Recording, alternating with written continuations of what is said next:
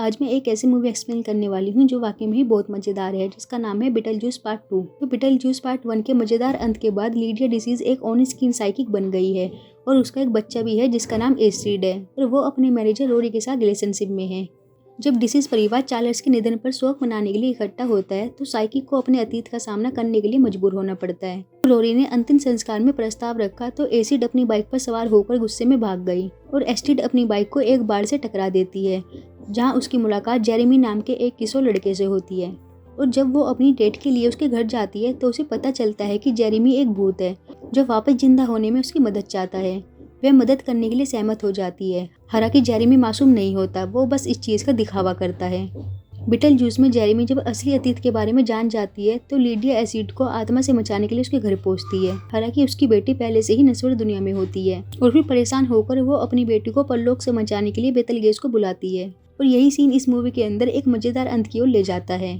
Astrid को बचाने में लीडिया की मदद करने के लिए बेतलगेज अवैध रूप से माँ को नाइदर वर्ल्ड में ले जाता है और इस बात की उम्मीद करता है कि वे जेरेमी को रोक सकते हैं, इससे पहले कि वे इमिग्रेशन डिपार्टमेंट में जीवन का व्यापार करने के लिए पासपोर्ट पर मोहर लगवा ले।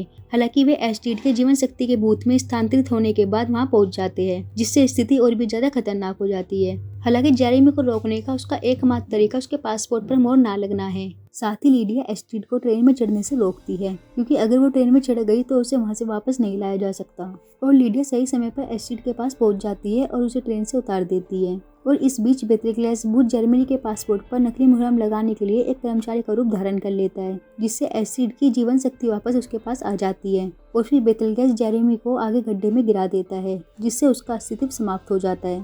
और फिर रेलवे स्टेशन में दुर्घटना के बाद लीडिया और एस्ट्रिड रेत के कीड़ों की मात में चली जाती है, लेकिन रिचर्ड वहां पर पहुंचकर उन्हें बचा लेता है, जिससे उनके परिवार का पुनर्मिलन होता है।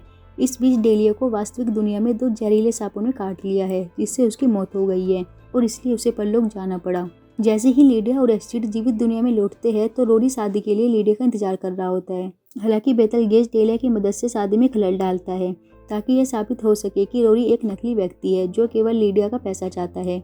वह उसे सत्य सीरम का इंजेक्शन देकर ऐसा करता है, जिसके कारण वह यह भी कह देता है कि उसे विश्वास नहीं है कि लीडिया भूत देख सकती है। और इससे बेतलगेज को लीडिया से विवाह करने की अपनी इच्छा पूरी करने का मौका मिल जाता है। और इसके बाद अराजकता फैल जाती है, क्योंकि वुल्फ जैक्सन और उसके अधिकारी डेलोरस शादी में खलल डालते हैं। और इसके बाद एस्ट्रिड ने हैंडबुक का उपयोग करके चर्चा में भयानक रेत के कीड़ों को छोड़ दिया, जिसके कारण वह डोलोरेस और रोरी दोनों को खा गया। बेतलगेज के मामले में एस्ट्रिड को उसके अनुबंध में एक खामी नजर आती है, क्योंकि यह हैंडबुक के नियमों का उल्लंघन करता है। और लीडिया फिर उसका नाम 3 बार कहती है, जिससे वह फूल जाता है और उछल पड़ता है। और सारी उथल पुथल के बाद वुल्फ डेलिया को वापस परलोक में ले आता है और फिर वो लीडिया और एस्ट्रिड को उचित विदाई देती है। फिर वह सोल ट्रेन में चार्ल्स के साथ फिर से मिलती है और अपने खुद के सुखद अंत के साथ वे महान परे की ओर बढ़ते हैं। और जैसे जैसे लीडिया एस्ट्रिड आगे बढ़ते हैं तो एक दृश्य से पता चलता है कि बेतलगेज अभी भी लीडिया को अपने सपनों में परेशान कर रहा है और उसका उससे शादी करने का प्रयास अभी भी खत्म नहीं हुआ है। और यहीं पर इस मूवी का एंड हो जाता है।